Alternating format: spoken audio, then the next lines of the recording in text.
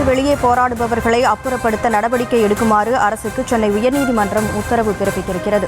தூய்மை பணியாளர்கள் பல்வேறு கோரிக்கைகளை வலியுறுத்தி ரிப்பன் மாளிகையின் முன்பு 10 நாட்களுக்கு மேலாக போராட்டத்தில் ஈடுபட்டிருக்கக்கூடிய சூழலில் இது தொடர்பான வழக்கு விசாரணையின் போது ரிப்பன் மாளிகைக்கு வெளியே போராடுபவர்களை அப்புறப்படுத்த நடவடிக்கை எடுக்குமாறு அரசுக்கு சென்னை உயர்நீதிமன்றம் உத்தரவு பிறப்பித்திருக்கக்கூடிய அண்மை செய்தியை பார்க்கிறோம். கூடுதல் விவரங்களோடு செய்தியாளர் மதியழகன் இணைப்பில் இருக்கிறார். மதியழகன், இந்த வழக்கு தொடர்பான முழு விவரங்களை பதிவு செய்யலாம். தூய்மை பணிகளை தனியாருக்கு ஒப்படைப்பதை எதிர்த்தும் பணி நிரந்தரம் கோரியும் சென்னை ரிப்பன் மாளிகைக்கு வெளியே கடந்த 13 நாட்களாக துப்புரவு தொழிலாளர்கள் போராட்டத்தில் ஈடுபட்டு வருகிறார்கள்.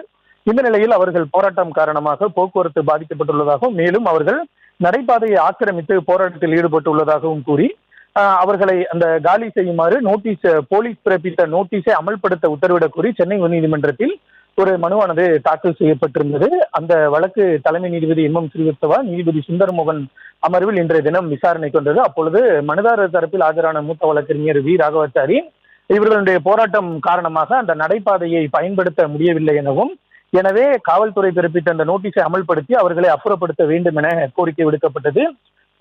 போராட்ட குழு சார்பில் ஆஜரான வழக்கறிஞர் சங்கர சுப்பு இந்த போராட்டம் காரணமாக அதாவது பொதுமக்களுக்கு எந்த பாதிப்பும் ஏற்படுத்தவில்லை என்றும், அமைதியான முறையில் அந்த நடைபாதையில் தான் தாங்கள் போராட்டத்தில் ஈடுபட்டு வருவதாகவும், மேலும் தங்களது கோரிக்கை நியாயமானது என்றும், தங்களுடைய கோரிக்கைக்காக தான் அமைதியான முறையில் போராட்டத்தில் ஈடுபட்டு வருவதாக தெரிவித்தார்.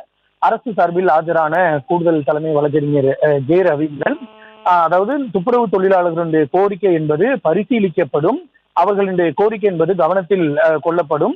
அது மட்டுமல்லாமல் நகரினுடைய முக்கிய பகுதியில் அவர்கள் போராட்டத்தில் ஈடுபட்டு வருவதன் காரணமாக மக்களுக்கு பாதிப்பு ஏற்பட்டு இருக்கிறது. மேலும் போராட்டத்தினுடைய அருகிலேயே அரசு மருத்துவமனை அமைந்திருப்பதால் மக்களுக்கு பாதிப்பு ஏற்படுவதாக தெரிவிக்கப்பட்டது. இதனைத் தொடர்ந்து தலைமை நீதிபதி பல்வேறு கேள்விகளை எழுப்பினார். அதாவது போராடுவதற்கு அனுமதி இருக்கிறது, தாராளமாக போராடலாம். அது மட்டுமில்லாமல் உங்களது கோரிக்கைகளுக்கோ அல்லது போராட்டத்திற்கோ நீதிமன்றம் எதிராக இல்லை என்றும், ஆனால் அனுமதிக்கப்பட்ட இடத்தில் போராடலாம் என நீதிபதிகள் தெரிவித்திருக்கிறார்கள். அனுமதிக்கப்பட்ட இடத்தில் போராடுவதற்கு அனுமதி இருக்கிறது, ஆனால் இது போன்ற பொதுமக்களுக்கு பாதிப்பை ஏற்படுத்தும், அதே போல இது போன்ற சாலையையோ அல்லது நடைபாதையையோ ஆக்கிரமித்து போராட்டத்தில் ஈடுபடுவதை அனுமதிக்க முடியாது என நீதிபதிகள் தெரிவித்திருக்கிறார்கள்.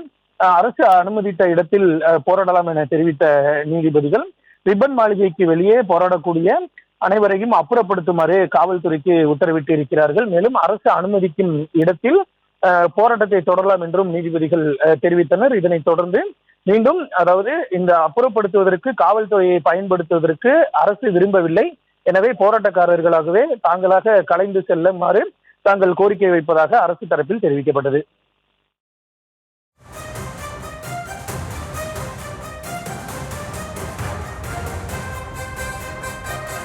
விவரங்களுக்கு நன்றி மதியழகன்.